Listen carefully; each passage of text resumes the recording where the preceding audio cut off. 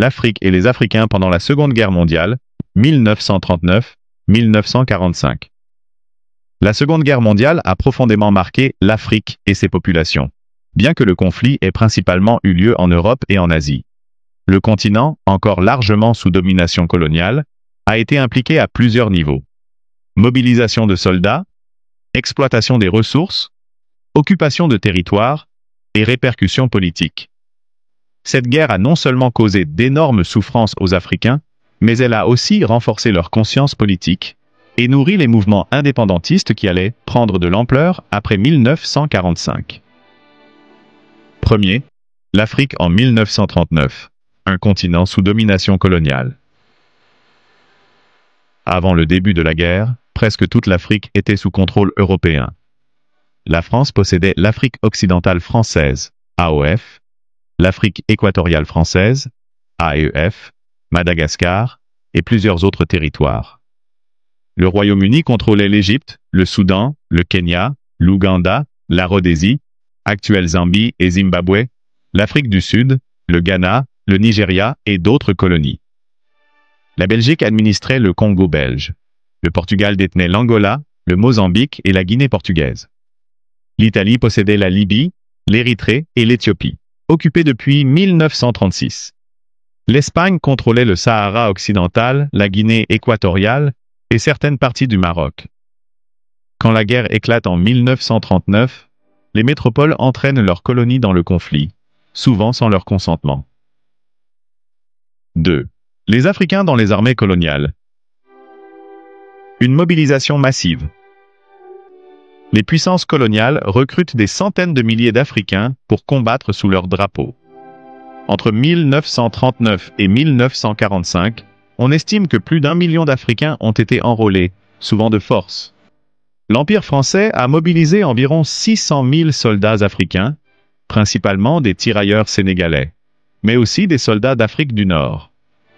L'Empire britannique a recruté environ 700 000 Africains dans des unités comme les King's African Rifles. L'Italie et l'Allemagne ont également recruté des Africains, mais en beaucoup plus petit nombre. Ces soldats ont été envoyés sur plusieurs fronts: l'Afrique du Nord, l'Asie, l'Europe et même les îles du Pacifique. Beaucoup ont été mal équipés et traités comme des soldats de seconde classe.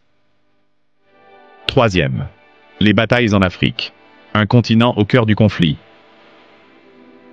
La guerre du désert en Afrique du Nord, 1940-1943. L'Afrique du Nord est un théâtre majeur de la guerre. L'Italie, alliée de l'Allemagne nazie, tente de conquérir l'Égypte depuis la Libye en 1940, mais elle est repoussée par les Britanniques. L'Allemagne envoie alors le général Erwin Rommel et l'Africa Corps pour soutenir les Italiens.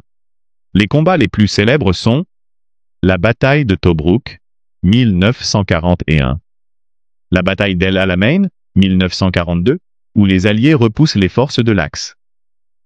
Des milliers de soldats nord-africains et d'Afrique subsaharienne participent à ces combats.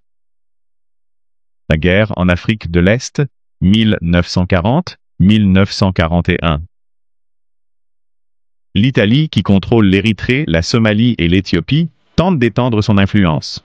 Mais les forces britanniques, aidées par des troupes africaines et des résistants éthiopiens, reconquièrent l'Éthiopie en 1941. L'empereur Haïlé Sélassié retrouve alors son trône. Les colonies françaises divisées. Après l'armistice de 1940 entre la France et l'Allemagne, les colonies françaises d'Afrique sont divisées entre celles qui restent fidèles au régime de Vichy, allié des nazis, et celles qui rejoignent la France libre du général de Gaulle.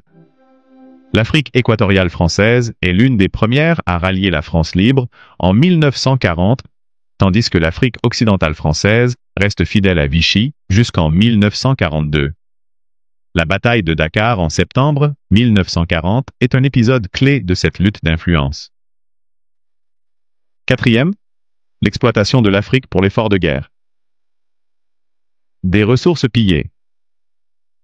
L'Afrique a été un fournisseur clé de matières premières stratégiques. L'or et l'uranium du Congo belge, le caoutchouc et le coton d'Afrique de l'Ouest. Les denrées alimentaires, mil, arachides, café, réquisitionnées pour nourrir les soldats européens.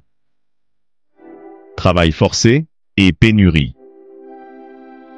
Dans de nombreuses colonies, les populations sont soumises à des travaux forcés. Les cultures vivrières sont délaissées au profit de l'effort de guerre, provoquant des famines locales. 5e. Les conséquences pour les Africains. Le massacre de Tiaroy, 1944. À leur retour en Afrique, de nombreux soldats africains espèrent être traités avec dignité et recevoir leur solde. Mais les autorités coloniales refusent de payer les arriérés. En novembre 1944, plusieurs centaines de tirailleurs sénégalais réclament leur dû à Tiaroy, au Sénégal. En réponse, l'armée française ouvre le feu, tuant plusieurs dizaines d'entre eux. Cet événement symbolise l'injustice subie par les anciens combattants africains. Un tournant pour les mouvements indépendantistes. La guerre a profondément changé la mentalité des Africains. Beaucoup avaient combattu pour la liberté en Europe et se demandent pourquoi ils ne devraient pas en bénéficier aussi. Des leaders politiques commencent à émerger, tels que Félix Houphouët-Boigny en Côte d'Ivoire, Léopold Sédar Senghor au Sénégal, Kwame Nkrumah au Ghana. Ces figures joueront un rôle clé dans les luttes pour l'indépendance des années 1950 et 1960. Conclusion. La Seconde Guerre mondiale a été une période de souffrance et de sacrifice pour les Africains. Ils ont combattu sur plusieurs fronts, travaillé dans des conditions extrêmes et vu leurs terres exploitées au profit des puissances coloniales. Pourtant, cette guerre a aussi marqué un tournant décisif. Elle a nourri un fort désir d'émancipation, qui allait aboutir au mouvement de décolonisation des décennies suivantes.